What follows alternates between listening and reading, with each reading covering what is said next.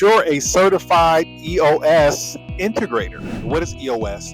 And why is that important, hiring somebody with that level of skill set to help them in their practice? So EOS is called Entrepreneurial Operating System. Just FYI, it's not a software. It's a way of running your business. It's also creating a good team so we can get past blockage for the team to move forward and excel.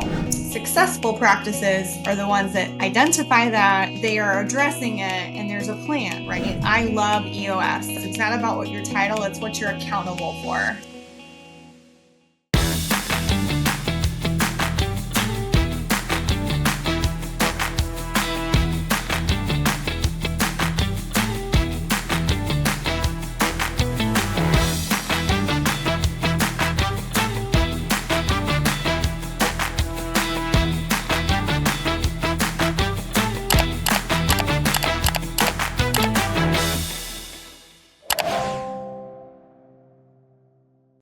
Welcome to Dermbiz, where our passion is to support and equip private practice dermatology owners so they can thrive in their medical practice. And we have a treat for you today.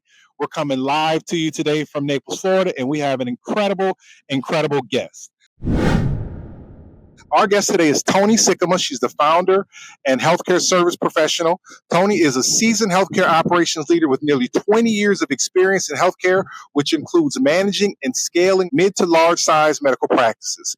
As a certified EOS integrator, Toni excels in streamlining operations, driving growth, and fostering high performing teams. With a master's in health administration, her knowledge includes a deep understanding of healthcare management, practice optimization, and strategic expansion. Specializing in dermatology practice management nationwide, she is passionate about enhancing operation efficiency, supporting providers, and ensuring exceptional patient care. And we have her here today. Welcome, Toni. Hi, Toni. How are you? I am doing very well. This is the Toni and Toni conversation today. That's right. Absolutely. So let's dive right into it, Toni. You clearly have a passion for dermatology practice management and helping dermatologists succeed in their day-to-day business. What got you started in this field, and why are you so passionate about this very niche area of the market? Well, I started, when I started working in healthcare, I actually started working as an administrative assistant to the director of nursing in a small hospital in Wyoming. And then as my experience progressed, I started working in internal medicine and some specialty practices along the way. I also I helped open an oral surgery clinic, and just along the way. So before I went out and launched my consulting firm, I worked in a dermatology group. And I worked with a practice owner who had 2 locations at the time. We expanded to a third and grew her team. I love dermatology. It's a great specialty to be in. It has a very high success rate.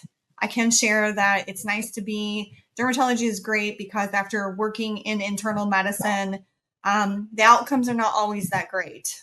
So it's a good field to be in regards to the health and outcomes of patients. It's a busy specialty. And I think there's a lot of growth and opportunity in dermatology. So that's why I decided to stay in dermatology on the consulting side. That is awesome. So you've had a lot of experience in dermatology. Toni, let's dive right into it. Because it's unique to talk to somebody who has clinical experience, but then also has consulting experience. Many times you see a person who's a consultant and they're just strictly like, college, grad school, I'm a consultant, I'm super smart, and so you should listen to me. And you're coming from a place of like, yeah, I'm super smart, but I've done this. I've worked in practices before. So can we start off with maybe just like some commonalities of success? Like, of the people who you are seeing that are thriving in their private practice, what are some commonalities? What are some things that they're doing that's working?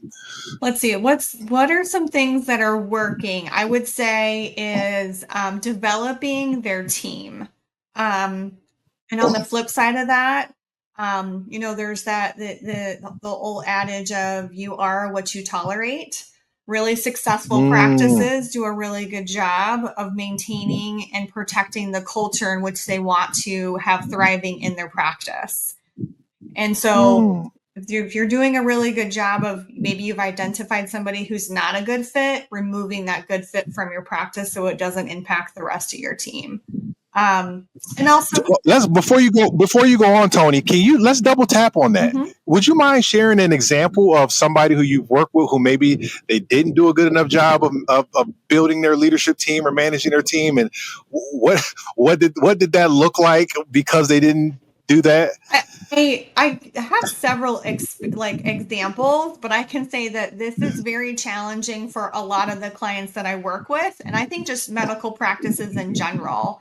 I feel like it's really hard to have that very forthcoming conversation when maybe you've identified either they're not meeting your core values, they have maybe some bad behavior, or maybe they're struggling on their performance side. But you have to, I feel like every practice at some point has a challenge with this. So there's lots of examples. A common one I hear a lot, which has a pretty significant impact on practices, is if they have a provider in the practice who's maybe not exuding those core values, of your practice culture, because everybody is afraid to either say something about it, or they're driving off any new talent that gets brought into the practice. So, practice owners you have to address it head on, right? And that doesn't necessarily mean that you need to get rid of that person. There are tools out there to give them the coaching, right? Like, do you want to be a part of the team? And some people are not self-aware.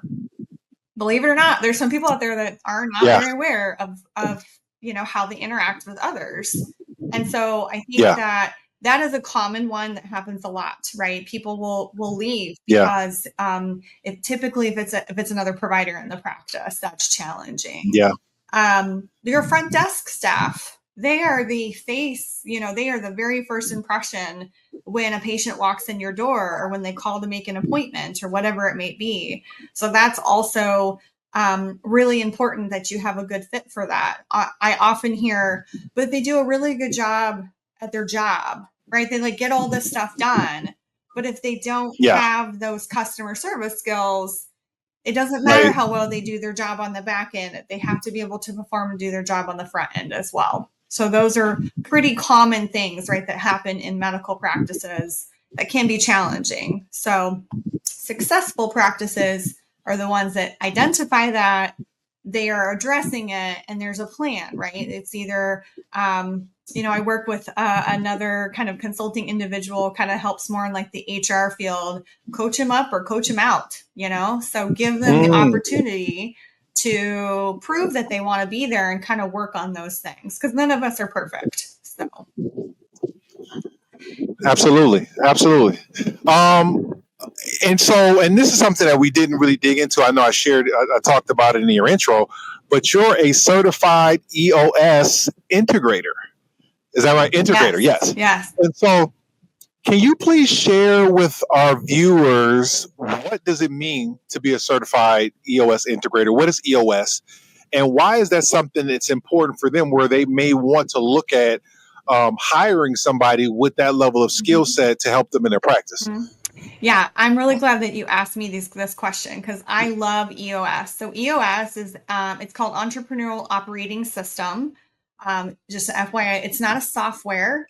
It's a way of running your business, and using the people that you have in your business to help run your business successfully. The concept around EOS is so that your business basically runs without you as the business owner at some point. It's very much around accountability and getting things done. So it's also very much about, creating a good team, and being able to be honest, open, and vulnerable, so we can get past kind of, maybe, I don't want to say they're always petty things, but there typically tends to be small things that are a big blockage for the team to move forward and excel. as a fractional integrator, I'm a fractional integrator now. I used to be an ACE integrator in a derm practice. That was my role. Is really, I'm kind of like we don't like to use titles in EOS. It's not about what your title, it's what you're accountable for. So like, what are you responsible for getting things done?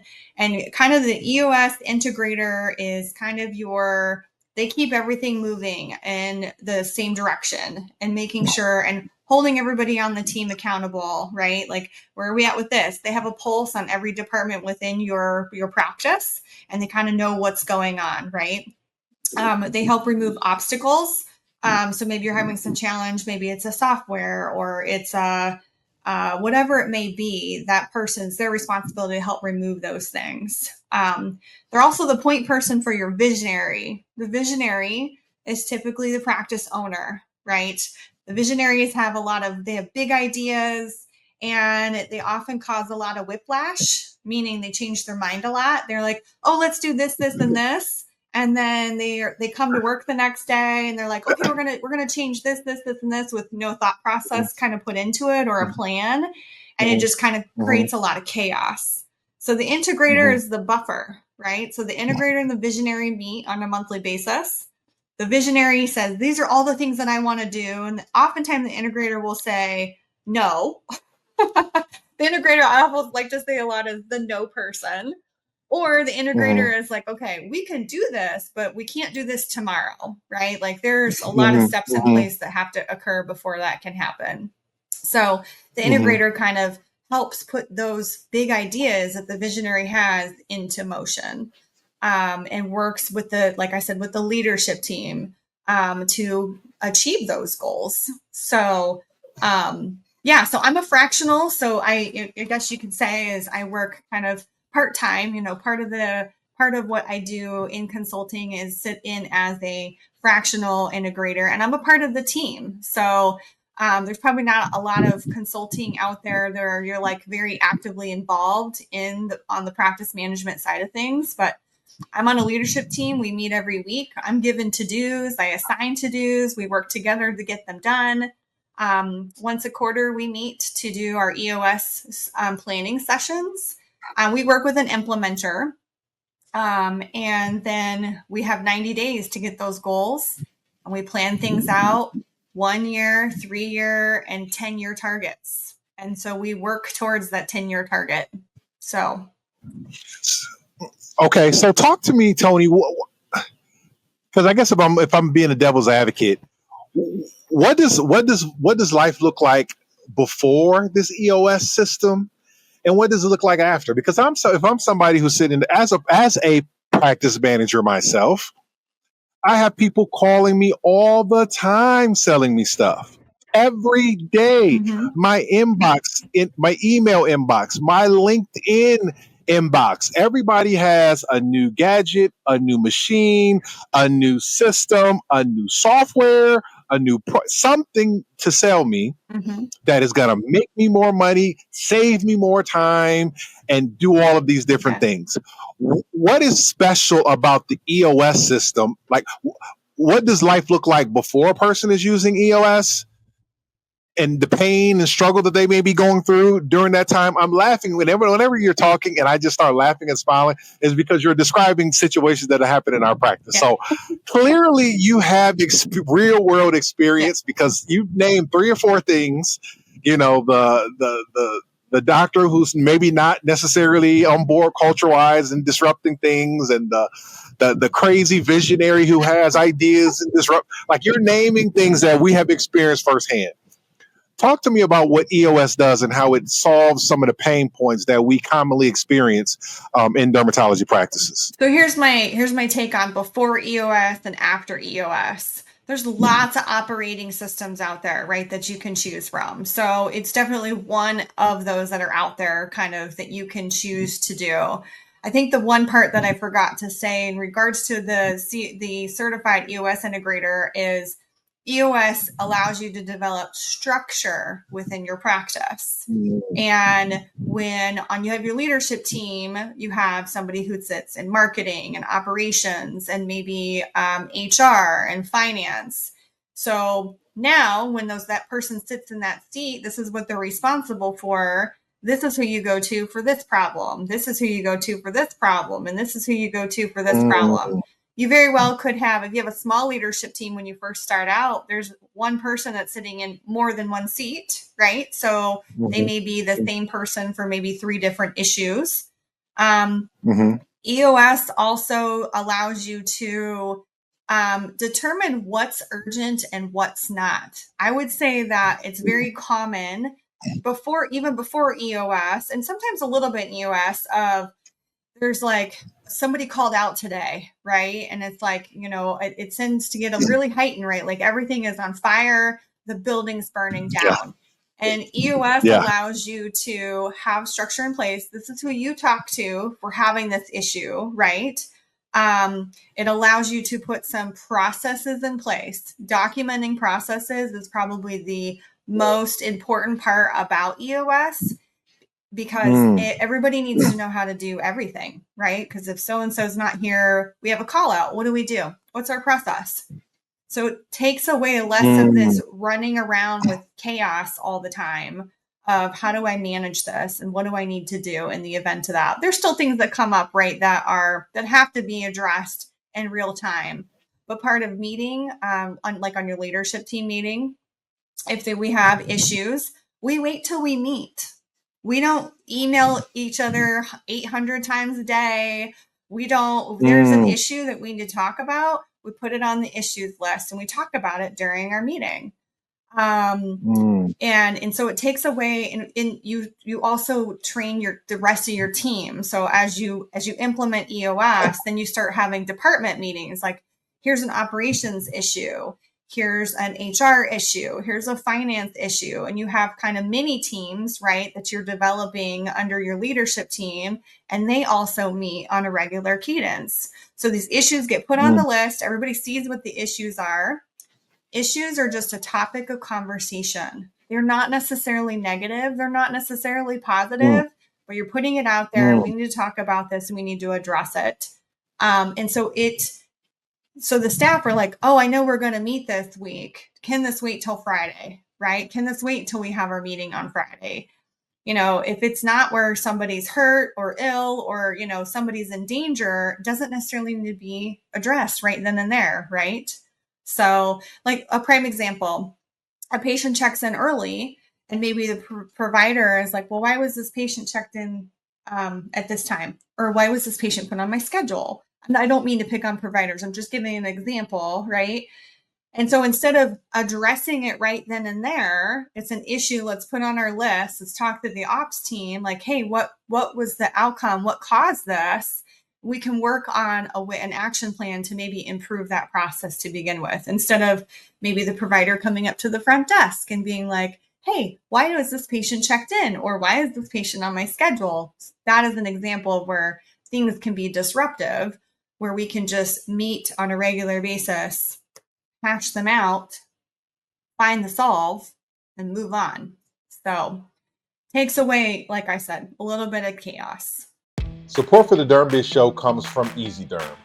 If you're a dermatologist or part of a dermatology practice, you know how critical it is to have tools that make your workflow seamless. EasyDerm is revolutionizing dermatology with its intuitive EHR solutions, designed specifically to simplify your practice operations and give you more time to focus on patient care.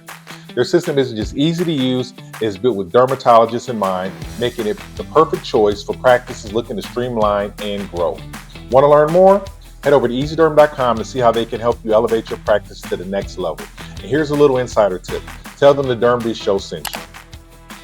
Also, before we jump back in, here's a quick reminder to make sure you're connected with us on all of our other social media platforms.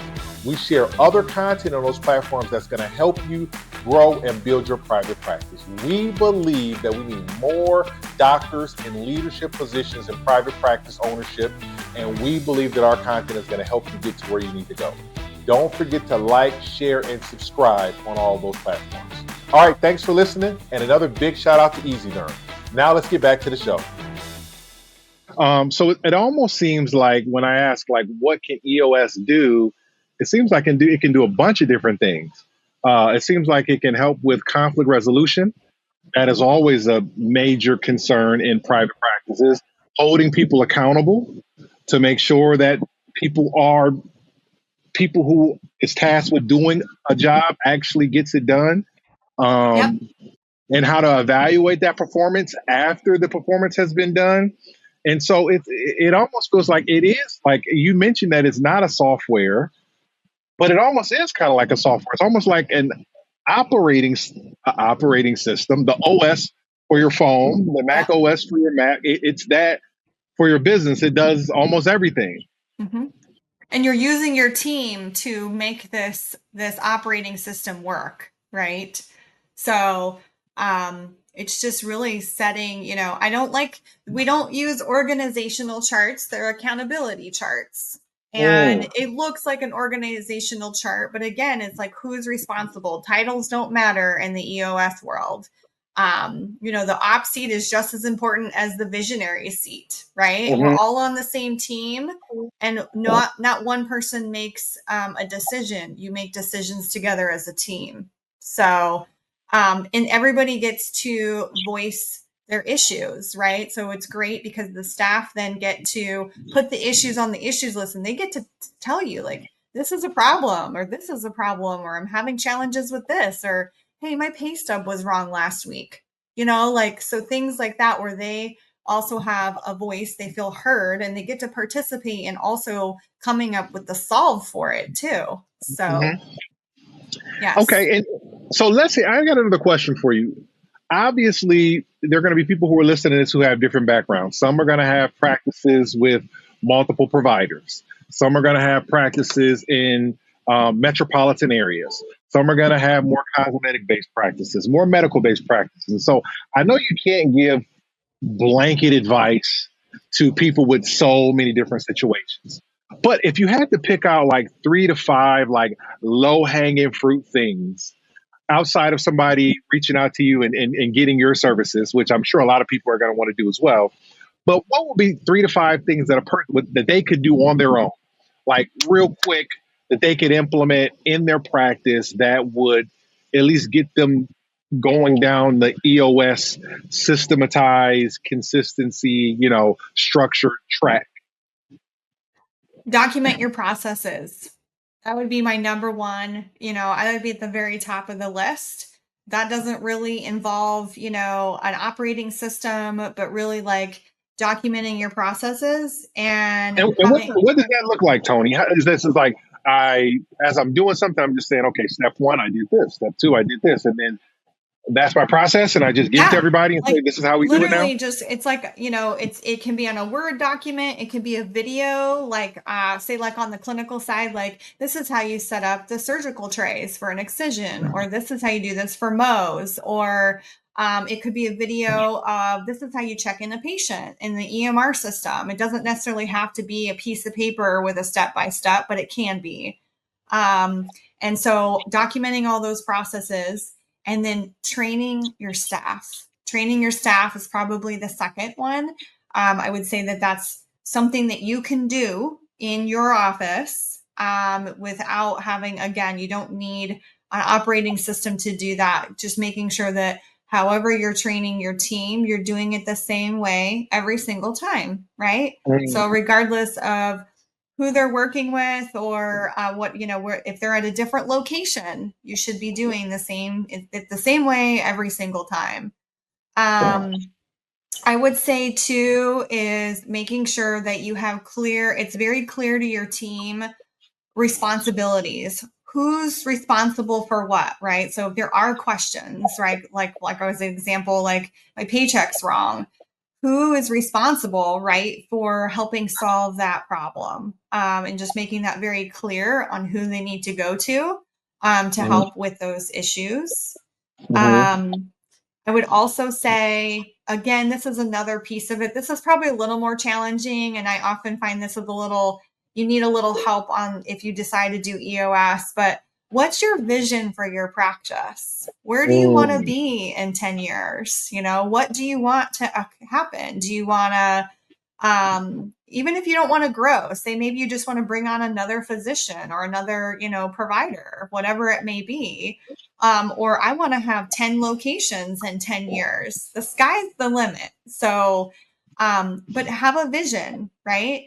And making sure that you're also exuding why you're there, right? So, big thing about it's all about patient care. So, just making sure that you know why you're there, but does the rest of your team know why they're there too? What's their why?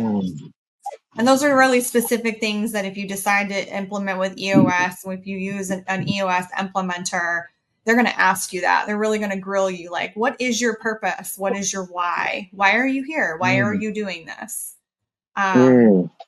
So those are probably some, I wouldn't say easy, but I would say that those are some low hanging that you don't really need a lot of outside, I don't want to say per se guidance. Now you have to really have a person in your practice that loves documenting processes, right? Like, 'cause not everybody likes doing that. Yeah, I'm one of those people. I don't necessarily like doing that myself. Yeah. Toni, let's talk about finances and financial Okay. metrics. With you guys' approach, do you encourage practice owners to track certain financial metrics? Like, are you guys thinking it's more important to track profit margins than it is to track revenue? Or is it more important to track number of patients seen or amount earned per patient? Or how do you guys approach the idea of financial metrics and what numbers the practice manager and or owner of the practice should be looking at? I would say that looking at everything in your financials is really important. I say something I find more common than not is a lot of practice owners don't really know what their financials look like. They don't know, what things cost or how much money is being spent or what's left over. All they know is they have money in the bank and they can pay the bills, right? So we look at things like a good KPI that we look at is your overhead expense, right? So how much money is going out the door just to run your business, right? To operate, and that includes your staffing costs, your rent, right? Or your medical supplies, everything that it costs to run your business. We also look at your collections. We look at, what are the collections by either by provider, by location, and being able to identify how well are each of your locations operating, right? Are they supporting themselves as like they should? And then eventually, are they earning money, right? Are you making money doing this? Is this worth the time and the effort and the resources that you're putting into it? We also look at volumes.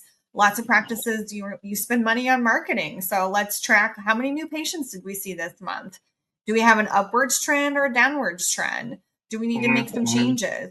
Do we not have enough new patients on our templates every week, right? So how far booked out are we? So those are all things that we want to track within a practice. So I would say we help track all of that. We put in some monthly reporting with each practice.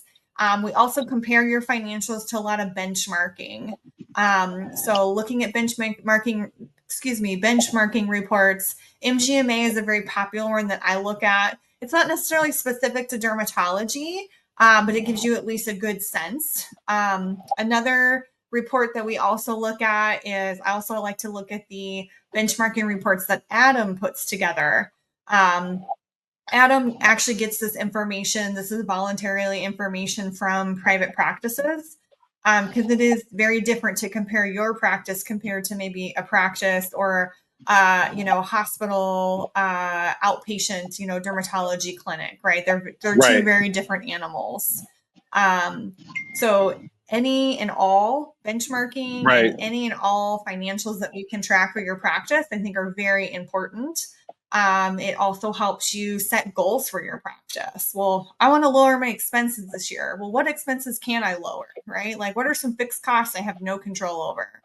How much am I spending on sutures? Can I get them cheaper somewhere else? Those are all things that are really important. And it may be you're spending $5 less, right, on a box of sutures, but over time that starts to really add up. Absolutely. Yep. It makes a big difference. So really just making sure, our team makes sure that our practice owners, if they have no idea what their financials are, they're going to get inundated with financial information, but also educating. Like a lot of them have never seen their profit and loss report, right? And this is what it looks like. Here's our categories. What's in that category? What are my expenses that are under that, right? And so it's all it's useful, it's helpful, and it gives you a pulse too. Like, say you're trying to grow your practice. Well, I want to open another location. Well, do you have enough money? Are you making enough money, revenues to the practice you can pay cash for that? Or do you need to finance, and how long is it going to take me to earn this money back, right? This investment. I want to buy a laser, right? I want to buy some equipment. Well, what do my financials look like? Is that something that I can afford to do right now? Absolutely. So, Toni, I think there's something that's so special and unique about what you bring to the table is you allow practice owners to have the conversations that they can't have with their staff, the conversations that they can't have oftentimes with their competitors. You know, the idea of profit and loss and how am I doing compared to how other people are doing and where should my expenses be? And it's just refreshing to hear you say that, because a lot of the things that you're saying, Toni, is the things that you're bringing up is the motivation behind why we started this podcast in the first place. Yep. Because we wanted to interview other derms just to see what the heck are you guys doing? Like, what's working? What's not working? And so it's cool that you have so many experiences with so many different doctors that you can now bring all of those as kind of a tool in your tool belt when you're mentoring and coaching other dermatology practice owners. I realized, Toni, as we're talking, that I could talk to you all day long. You got so much great information, but I'm going to wrap up. I got some rapid fire questions. I believe that these will be helpful to me as a practice manager and to our viewers as well. So question number one, what is the best scheduling software for dermatology practices? There is no best scheduling software in dermatology. They each have their own functionality, and there's not a perfect one out there. So I'm not going to answer that question. But you just did, though. That's a great answer. That is a great answer, because that's a topic that we talk about. They all have their challenges, every single one of them. So absolutely. Okay, number two, what's the most time wasting task that you see that goes on in a dermatology practice? Oh, let's see. The most time, I mean, I don't know. It depends. Or maybe most common time wasting task. But what are you seeing that people are wasting a lot of time on that they maybe shouldn't be? I would say, like, for example, like a billing task, something that's done on the back end, depending on the software that you're using. If it's a self-pay patient or a cosmetic patient, having to allocate the funds within your EMR system. I would say it's so time consuming. It would be great if there was a lot of automation to that, where it's kind of like attaching, this patient was seen, this is how much it costs, and kind of connecting the two. That is a big time waster on staff, I would say. And because that's often an internal, like your billing company typically doesn't manage that. That's something that your team does inside. The second one is prior authorizations, and not because the staff are wasting time, but because the insurance companies make that a requirement. So yes. Right. Yeah. Okay. Next question is, what is the ideal patient to support team to provider ratio? Like, if you got a provider, how many support teams should they have, and what is the ideal number of patients they should be able to see?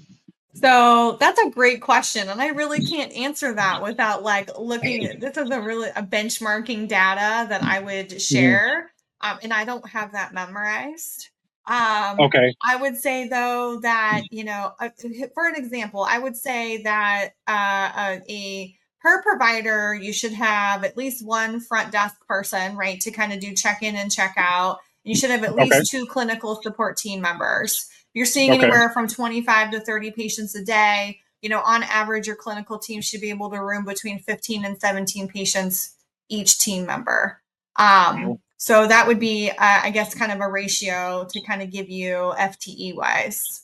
Now, I know I'm breaking the structure because I shouldn't ask you follow-up questions, but I have to. When Okay. you say room 15 to 17, are they also scribing They're for those also 15? Okay. scribing. Okay. Yeah. Just wanted to clarify that. Okay, back to the actual rapid fire questions. Next question. What is the best communications tool for staff for them to communicate amongst each other? Should they be emailing? Should they be texting? Should they be using these other My softwares out there? My answer is going to be whichever tool they're actually going to use. I think the Mm, challenging thing within practice is there's so many different platforms that they have to log into, and they have to answer messages in the EMR system. They have to answer their emails. They have to answer the phone. They have to, there's so many points of contact. If you use Teams or use Slack, I feel like there's too many options. So I would yeah. say whichever platform or whichever communication tool that your team actually uses consistently. But I also think there's a lot of making sure you're setting that expectation in your practice. Like, hey, this is how we communicate. You need to make sure you use this. So Oh, okay. there's several, again, on the market that are good. Yeah, so many. It's hard to keep up with. Mm-hmm. If we forced you to choose one, you could only choose one. It could only be one. If there was only one key financial metric to track, it can only be one. And you had to, I know it's tough, but if you said, okay, this is the one key financial metric your private practice needs to track, it would be your overhead expense ratio. mm, Mm-hmm. that surprised me. Next, what would be the most, and this is the last question, what is the most impactful system for profitability? This may be a softball question right down the plate for maybe EOS is the most profitable. I don't know. But what would you say is the most impactful system to make sure that your practice is going to be profitable? That's, again, I think that's a difficult one to answer. I think it has a lot to do with, I'm very partial to EOS, but the reason EOS works is because your people are all moving in the right direction. So it's very people driven. It's not software driven. It's not, you don't need like an outside person to do this for you. It's really developing your team to do it, to launch your business to being more successful. It's really getting your people involved. So I don't think there's really what's the most, what's going to make you the most profitable. I will say that, you need to have clear goals. You need to set goals, and you need to understand where you're at financially in order for your practice to even begin to start being more successful. Because once you have an understanding of what all of that looks like, then you can start a game plan of how do I get where I want to be at. Toni Sikkema comes to us from Port Charlotte, Florida. She is an expert in EOS. She focuses on helping dermatology private practices succeed and thrive. Toni, if somebody wanted to get in contact with you, to use some of your services, to get some coaching, to get some consulting in their private practice, what would be the best way for them to reach out to you? They can go out to my website. It's called thesolutionsmaven.com. Or they can also email me, which is Toni, T-O-N-I, at thesolutionsmaven.com. They can call me. So they can call my cell. So 941-315-1099. And that's a wrap for this episode of the Dermbiz Show. We hope you found today's discussion insightful and packed with value to help you navigate the challenges of running your private practice. We'd love to hear from you. Is there a specific topic you'd like us to cover or a question you want answered? Reach out to us at thedermbiz@gmail.com or drop us a message on social media. Your input helps us tailor the show to what matters most to you and your practice. Speaking of social media, don't forget to follow us on all of our platforms for updates, bonus content, and tips to keep your practice running smoothly. And of course, make sure you like, share, and subscribe to the podcast so you never miss an episode. Thanks for tuning in today, and we can't wait to have you join us again the next time. Until then, take care, keep thriving, and we'll see you the next time on the Dermbiz Show.